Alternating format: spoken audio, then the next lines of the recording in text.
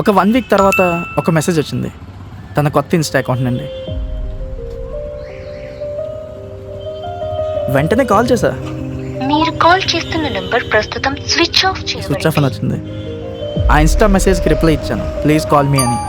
ఒక 1.5 అవర్లో మళ్ళీ రిప్లై వచ్చింది, I can't call you right now, family problem ఉంది, ప్లీజ్ సెండ్ మీ 10,000 అని.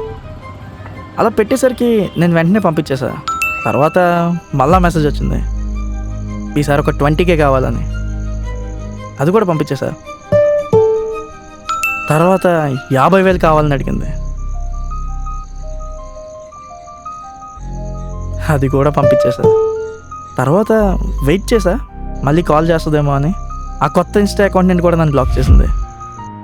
మెల్లగా అర్థమైంది, డబ్బుల కోసమే నన్ను లవ్ చేసినట్టు నటించి ఇలా మోసం చేసిందని.